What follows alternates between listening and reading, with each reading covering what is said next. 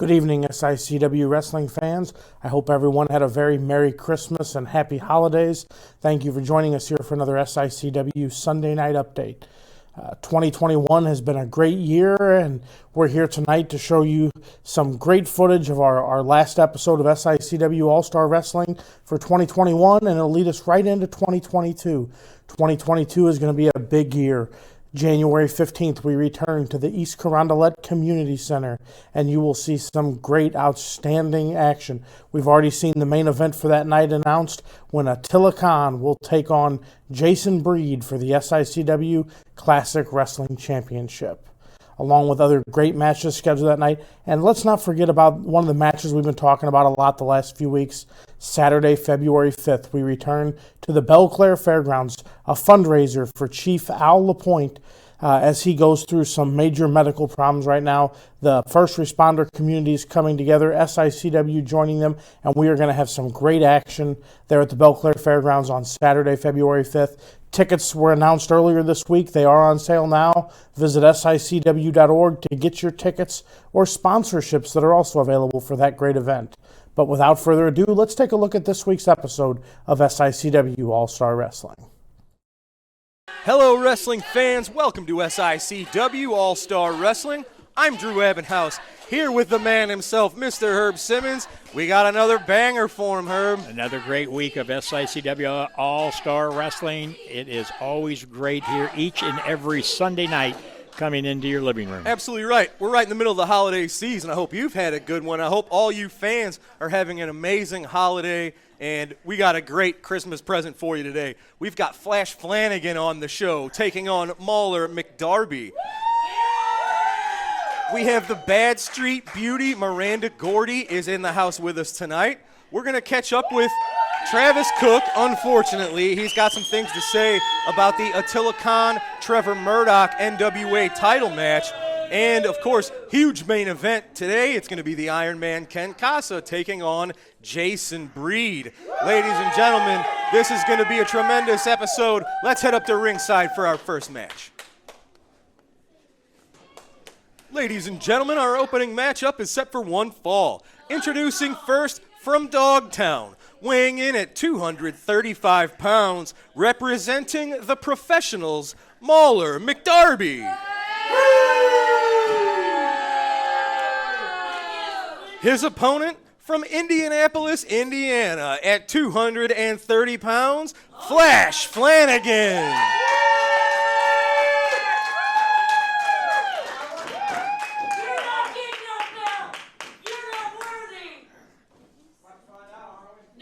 Referee Nick Ridenauer checking the combatants.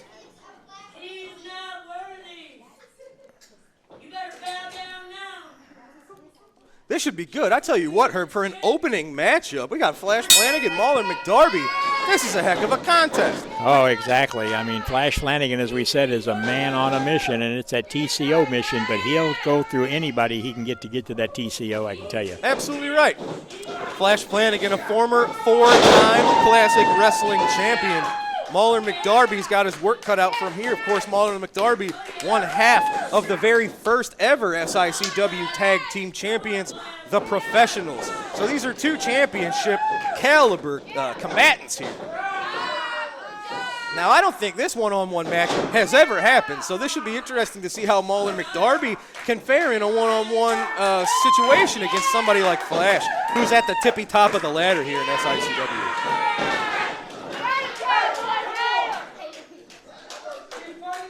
These are two men fighting for different things.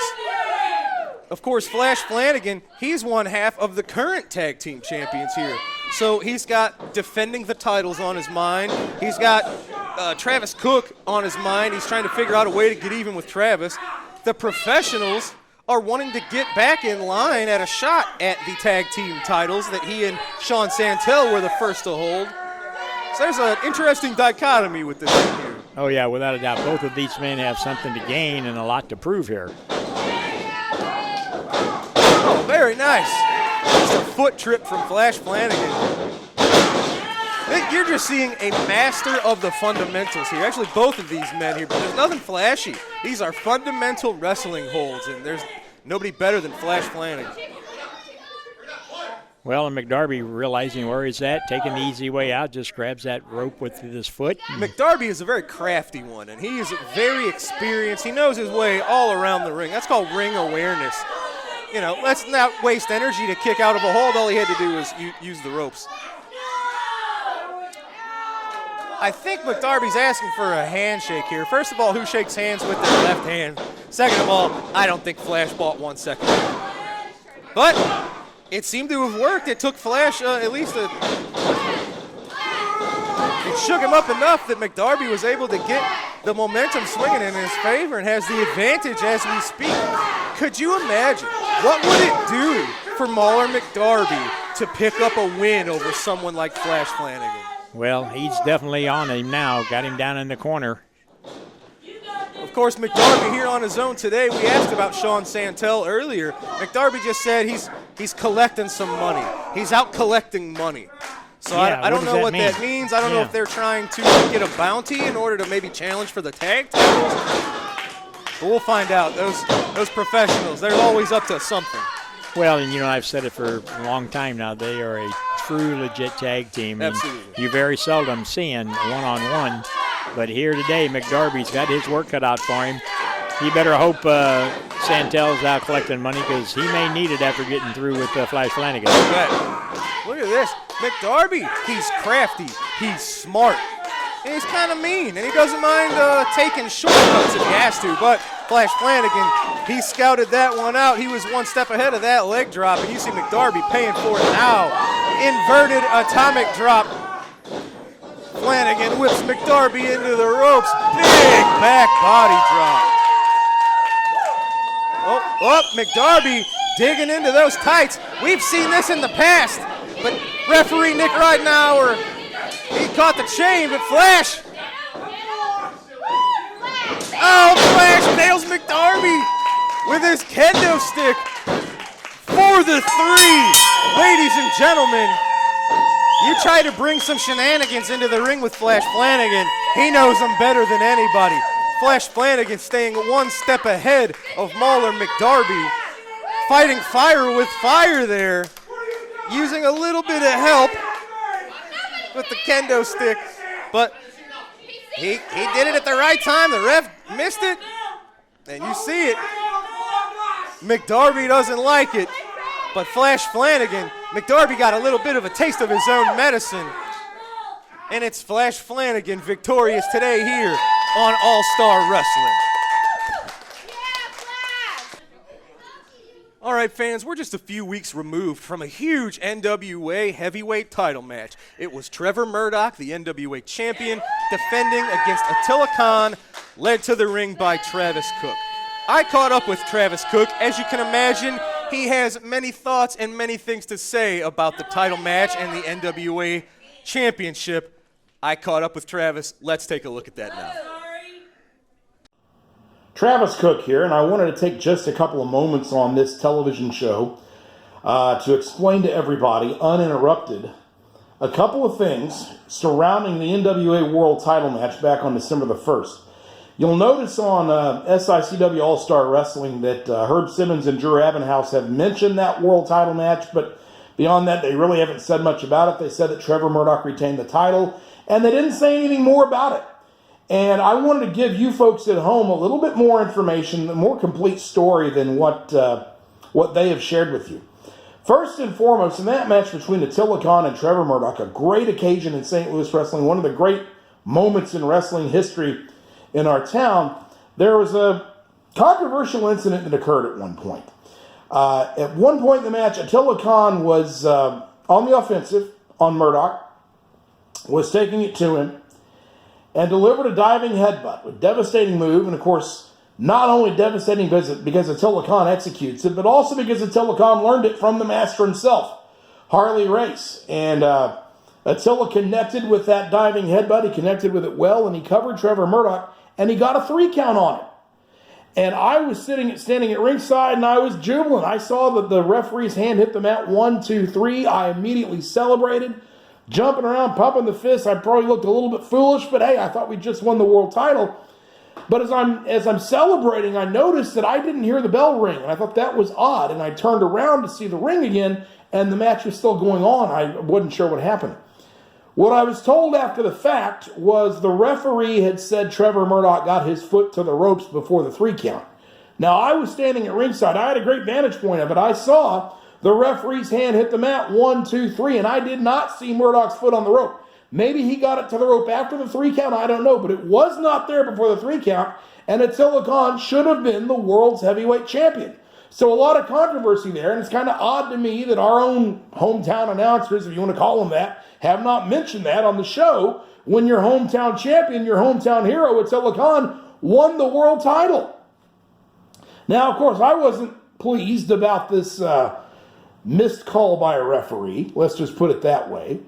And I immediately, the next morning at 8 o'clock on December the 2nd, I filed a complaint. I filed a protest, an official protest with the NWA, and I thought there would be some kind of hearing. I'd have to fly down to Atlanta or something and go through a whole process to either get the world title to change hands or at the very least get an automatic rematch.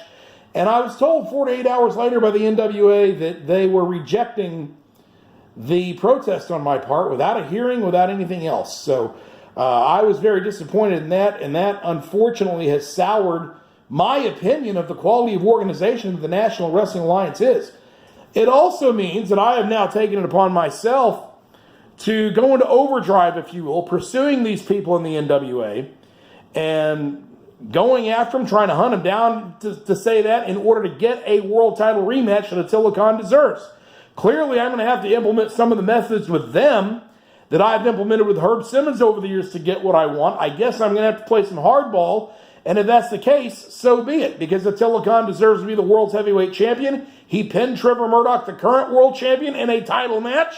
So this is going to be requited one way or the other. So just I want to let everybody know that's what the future holds right now. My focus right now is on getting that rematch for the NWA title that Attila Khan deserves. Now, I've been getting one other question from the public recently about that. They've noticed that I've been kind of focused on the World's Heavyweight Championship. And I've gotten a couple of questions from people about the Classic Wrestling title here in SICW. They've asked me, are you taking your focus on that? Do you not care about the Classic Wrestling title anymore? Is that not important? Well, ladies and gentlemen, let me assure you that the Classic Wrestling title is extremely important to me. It's extremely important to Attila Khan. And that's for one very simple reason. When I was initially negotiating with the NWA to get this world title match, and make no mistake, I was the one negotiating with them. Herb Simmons has taken a lot of the credit for this, but he really was just riding on the coattails here. I was the one who made the challenge for the world title match. I was the one who negotiated on behalf of Attila Khan. And when I was negotiating with the NWA, it was clear to me very early on that they were only interested in having the world title defended here against the Classic Wrestling champion. They understood the importance of that title, the history of that title, the reputation that title has all over the country, and they were not interested in having that title defended against anyone here who was not the Classic Wrestling champion. So with that in mind, that means that title, as important as it's always been, is even more important now, because when it comes to future world title matches, it's only the Classic Wrestling champion who's in line for those potential matches down the line. That means that Attila Khan and myself have to do anything and everything we can to hold on to that Classic Wrestling Championship. And I also know it means that the other wrestlers here are aware of it too. They're going to do whatever they can to get the title, because they know having that belt, the Classic Wrestling title, is the only way they can get an NWA World title match down the line.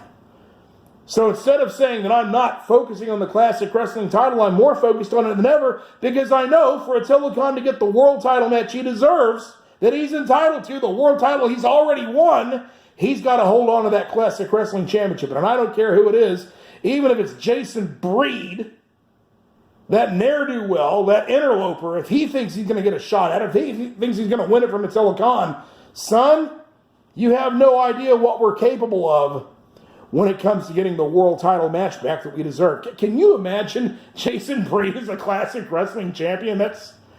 It's almost laughable. Can you imagine him as the world heavyweight champion? Well, don't worry, it's not going to happen. Because Attila Khan and Travis Cook are going to do whatever it takes to hold on to the Classic Wrestling title and to get the NWA World title that we've already proven we deserve. Wrestling fans, it is our honor to welcome the Bad Street Beauty herself, Miss Miranda Gordy to SICW. Miranda, welcome. It's an honor to have you here. You've got a little bit of a history with Malia Hosaka I know you wanted to talk about, but welcome. What are your thoughts on coming here to SICW, and what are your thoughts on Malia Hosaka? Well, I enjoy every opportunity that I get to work for SICW. And as far as Malia, I don't know what her problem is with me, but she has a big one, and she thinks that maybe I'm trying to steal her spot or something. I just don't understand it, but anytime she wants to have a talk, there's a ring right there that we can talk. Well, you know, you guys really couldn't be much different. You're the Bad Street Beauty, of course, the daughter of Bam Bam Terry Gordy. I've heard Glam Gordy, but very different. You're a jeans and leather jacket kind of gal. Malia Hosaka thinks she's a little more, she calls herself Madam Malaya. What are your thoughts? I know you guys have crossed paths in the past, but heading to another collision course, I imagine. Well, Malia can keep trying, and I'll keep cutting her back down. And that's really all I have to say, because she can just keep trying, and she can meet me there anytime she wants.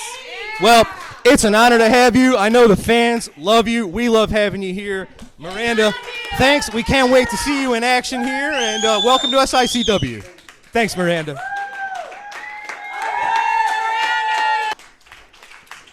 All right, ladies and gentlemen, now let's head up to ringside for our next matchup. Ladies and gentlemen, this matchup set for one fall.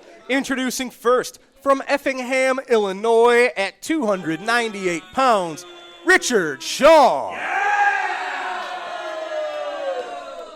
His opponent from Corona, California, at 360 pounds, he is the heavy hitter, Tony Reyes.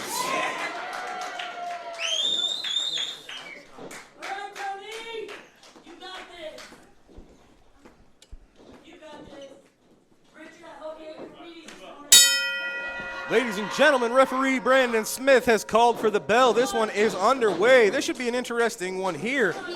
Richard Shaw usually used to having the weight advantage, the size advantage, but in this one, he's given up about 60 pounds to Tony Reyes.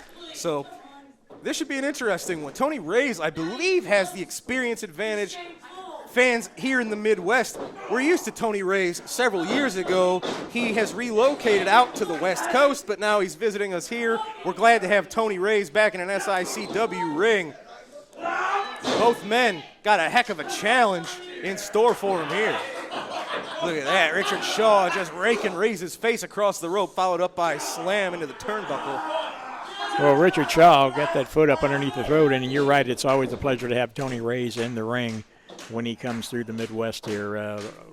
Been relocated out, doing some promotional work himself out in California. And so anytime he's in the area, he wants to come to SICW. A nice flip over by Tony Reyes. And now. Oh, look at that. Nice back elbow.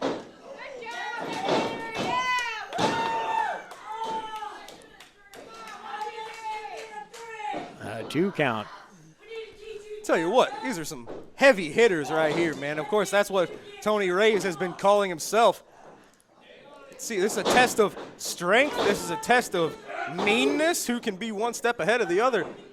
This is another first-time battle. I don't think these two men have ever competed against each other.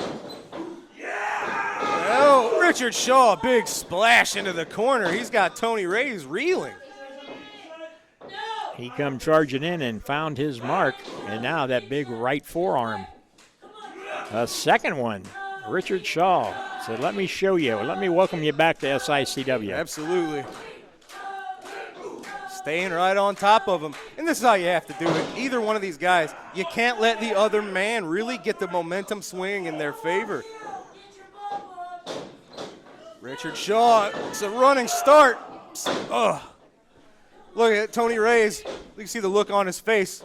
Just smashed into that middle rope. Shaw going for a cover. I don't know about that. Yeah, that was a little nonchalant there. Tony Reyes is a tough son of a gun. You're not going to put him away like that. Another big forearm right across the back of the neck of Tony Reyes. Big punch to the forehead. Oh, Can he get it? Oh, man, look at that. Tony Reyes almost had him up on his. Oh, there he is. Big, almost a boss man slam from Shaw onto Reyes. That did it. I can't believe these two heavyweights just going to battle against each other. Richard Shaw, I don't know if he surprised himself with that one, but he's a pretty happy fellow. It's Richard Shaw. The boss man slam, the sidewalk slam, whatever you want to call it, was enough to help him pick up the win today over Tony Reyes, the heavy hitter. We've talked about how Richard Shaw is gaining confidence and getting better, and that's just proof here. Richard Shaw with the win. Ladies and gentlemen, earlier today, our cameras caught up with the man behind the $1 per pound body slam challenge, Kowalski. Let's listen to those words now. Now, I don't know if you people remember, but since day one that I've been in SICW, I got tossed into the fire pit with Ron Powers. And I went from Ron Powers to Ricky Cruz to Cowboy Bob Orton to Flash Flanagan.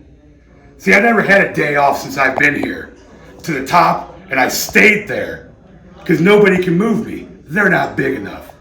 So I hear Danny Dollar talking now like I'm not going to add his name to the list just like everybody else. You think you could body slam me? I don't care how much weight you move in the gym, you're not moving this weight. This is a dead weight that you could just throw around. Every turn, Danny, I'm going to be on you. Let's see how good you can lift me when your back is broken, or a couple of busted ribs, or maybe I take out your kneecaps. So go ahead, keep working out in the gym. Let's just hope your insurance is good enough to cover it after I put you down. Now I hear everybody else running their mouth too, like our Central State champion, Gary Jackson. Why are you mentioning my name? So you know what? I heard you. You don't gotta ask twice. I can put into anybody's name out there. Whoever they want to sign me up against for this challenge, I'm just gonna keep putting on the weight. Keep putting on the weight. Because we know none of you can do it. So why am I worried about it? Are you worried about it, or nobody's worried about it? Who is going to come and put me on my back? Nobody but me, if you ask me. So, $452 this week. Maybe it'll be $460 next week. I got a couple buffets on the way home I might hit. See, that's the difference between me and you, Danny Dollar. You have to work for this. This is just natural for me.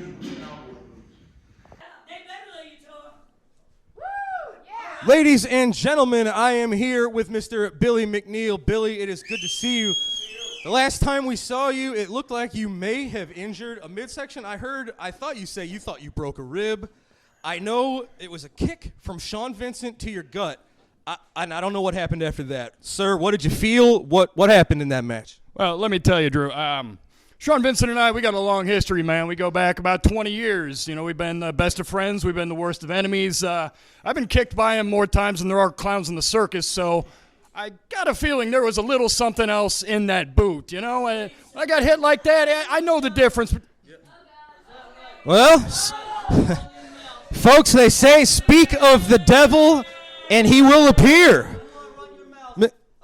A match. Why don't you stop being a coward, making excuses? You say we've known each other for a long time, 20 years to be exact, and you want to make excuses that you lost a match? I've never made any excuse whenever you beat me, and then you lose once to me, and you make excuses? You know I'm coming back from an injury. Did you learn how to kick like Bruce Lee? Come on. Oh, ladies and gentlemen, what is this? What is this? Sean Vincent not waiting. Oh! All havoc is broken loose here. We've got a ref in the ring. Folks, this isn't a match. This is a fight. Yo, look at this. Just a knockdown, drag-out fight. These guys aren't wrestling. This is a brawl. Oh, my God. These two friends, they're taking it to each other. This is crazy. Oh, look, what's that with Sean Vincent? Oh, folks, we just saw, I think he just loaded up that boot. Billy McNeil, he caught him in the head. Billy McNeil is unconscious. I think Billy has been knocked out by that kick. I don't know what's gotten into Sean Vincent, ladies and gentlemen, but This is a different Canadian hero than I'm used to. I can't believe he would do that to a friend of his. I don't know what's gotten into Sean Vincent, ladies and gentlemen. All right, ladies and gentlemen, Mr. Cook, Frankie D, I don't know what's going on here. I know it's time for our main event. This is not Ken Casa. You never know what's going on, but I'll tell you what's going on. You're correct. The scheduled TV main event tonight was to be Jason Breed against Ken Casa. Unfortunately, Ken Casa was in the shower. He accidentally stubbed his toe. I think he's got a broken toe. He will not be able to wrestle this match. And here next week, I'm sure we'll put an address up on the screen here where you can send cards and letters, get well cards to him. I'm sure he'll appreciate that. But I've made a substitution. In place of the injured Ken Casa tonight, I've contacted my good old buddy. We go way back. My old buddy, Frankie D. And I want you to take out Jason Breed. And Frankie, I'll make this promise to you, man. If you can take Jason Breed out, if you can hurt him tonight and put him out of that match on January the 15th, I will buy you all the pork rinds you can eat, man. I will buy you all the pork rinds, all the ham hocks, all the natural light beer, that disgusting swill, all that stuff you want, man. I'll buy it all for you. So go in there, take care of business like I know you can, and let's take out Jason Breed. I think Bam Bam's got something to say. All right, folks, let's head up to ringside for this match. Ladies and gentlemen, your All-Star Wrestling main event is set for one fall. Introducing first, from Lot 101 of the Starlight Mobile Home Park in Whiskey Creek, Mississippi, he is the son of the South, Frankie D. Led on this occasion to the ring by Travis Cook. His opponent is from St. Louis, Missouri, weighing 242 pounds. He is one half of our SICW Tag Team Champions, Jason Breed. Referee Denny Thomas has called for the bell. Jason Breed, you can tell, I'm sure he's used to this sort of last-minute change of opponents. He's a longtime veteran, but still, he went straight to Travis Cook and asked him, I think, what are you trying to pull here, Travis? Well, this is just in one of those unorthodox moves by Travis Cook. You know, what lame excuse. Casa stubbed his toe in the shower. I thought maybe he was watching Travis's cat Fluffy. You never know about these things. Oh, well, either way. Oh, you heard Frankie D. He just said it. He paid me to do some stuff. So, Frankie D., we know why he's doing this match. Big clothesline from Jason Breed, sending Frankie D., the son of the South, crashing to the mat. You have to wonder if Jason Breed's one of these youngsters that Frankie D. thinks he needs to toughen up. We're going to find out. Well, Jason Breed's been around a long time, probably as long as Frankie D. has been. I think Frankie D's going to find who's the tough one here. Absolutely, and we've talked about how Jason Breed is next in line for the shot at the Classic Wrestling Championship currently held by Attila Khan. You would have to think, were Frankie D able to defeat Jason Breed, he might leapfrog him in that contest there, in that lineup. Well, just remember, Jason Breed holds a victory over Attila Khan. Absolutely correct. And really, he's said it, we've said it, but I can't state enough how important it is and how much it means. Attila Khan is a killer. He's been essentially undefeated here for several years. Trevor Murdoch was the first person to get a pinfall over Attila in forever. Jason Breed followed that up with his own really impressive victory. And that's what we said. Yes, he's had a little help from Flash Flanagan there, but regardless, he scored a 1-2-3 victory on our champion, Attila Khan, and that's super impressive. Well, and now Frankie D, the son of the South, you better not take him lightly. You know, it's been several months ago. Jason Breed showed up, and he said Travis Cook has the numbers advantage. And Jason inserted himself in the war between Travis Cook and the rest of the locker room.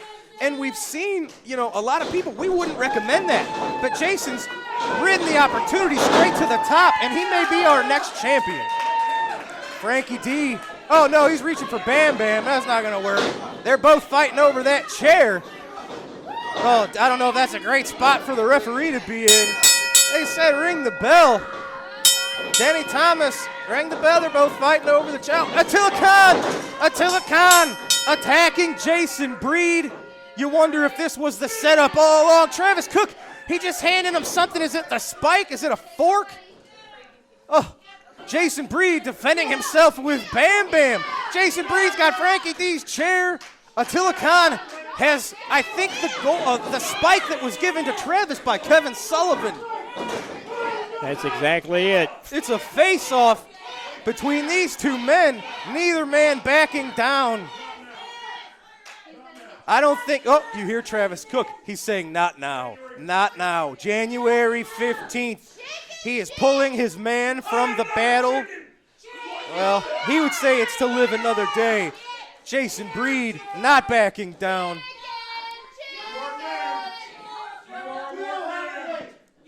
Well, I think the official result was there was a double disqualification. I think the ref just threw this out once the chair got involved. Jason Breed and Attila Khan, that's going to be our Classic Wrestling Championship match in East Carondelet on January the 15th. Fans, you don't want to miss this. Nobody stood up to Attila Khan like this. Are we looking at the new champion staring down the current champion? Find out January 15th in East Carondelet.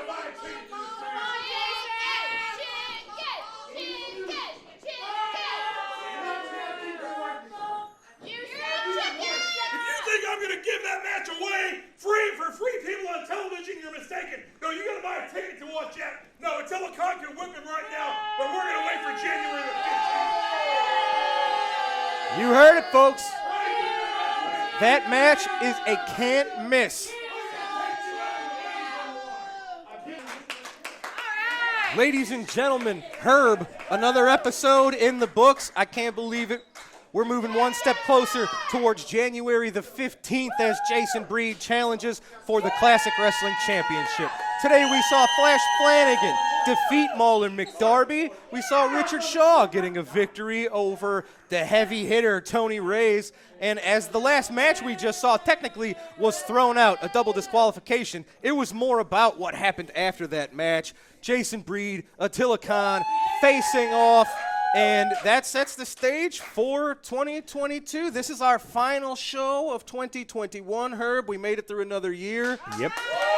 And just remember, January 15th, if Jason Breed gets in that match with Attila Khan, he already holds one victory over him. Absolutely. Well, fans, January 15th, will we see a new Classic Wrestling champion? You have to be here with us in the East Carondelet Community Center to find out. But for now, for Herb Simmons, I'm Drew Abbenhouse. On behalf of the entire SICW locker room, a very happy New Year's to all of our fans out there. Have a great night. We'll see you next week, everybody. Folks, it was another great night of SICW All-Star Wrestling. We thank you for joining us here each and every Sunday to check out the latest action. Now, don't miss your opportunity to tune in next Sunday night when I sit here with promoter Herb Simmons and we do a year-in review of everything that happened at SICW in 2021. You're going to see some of the greatest matches from our house shows in East Carondelet to when SICW was on the road at the Missouri Athletic Club, at the Halloween Spooktacular, and at the Hall of Fame show out in St. Louis, Missouri. So definitely make sure you tune in next Sunday night to join some of that great action. And then we look forward to seeing you in East Carondelet when we return on Saturday, January 15th. Again, I hope everyone had a very Merry Christmas and Happy Holidays. We wish you a happy and safe New Year, and we will see you in 2022.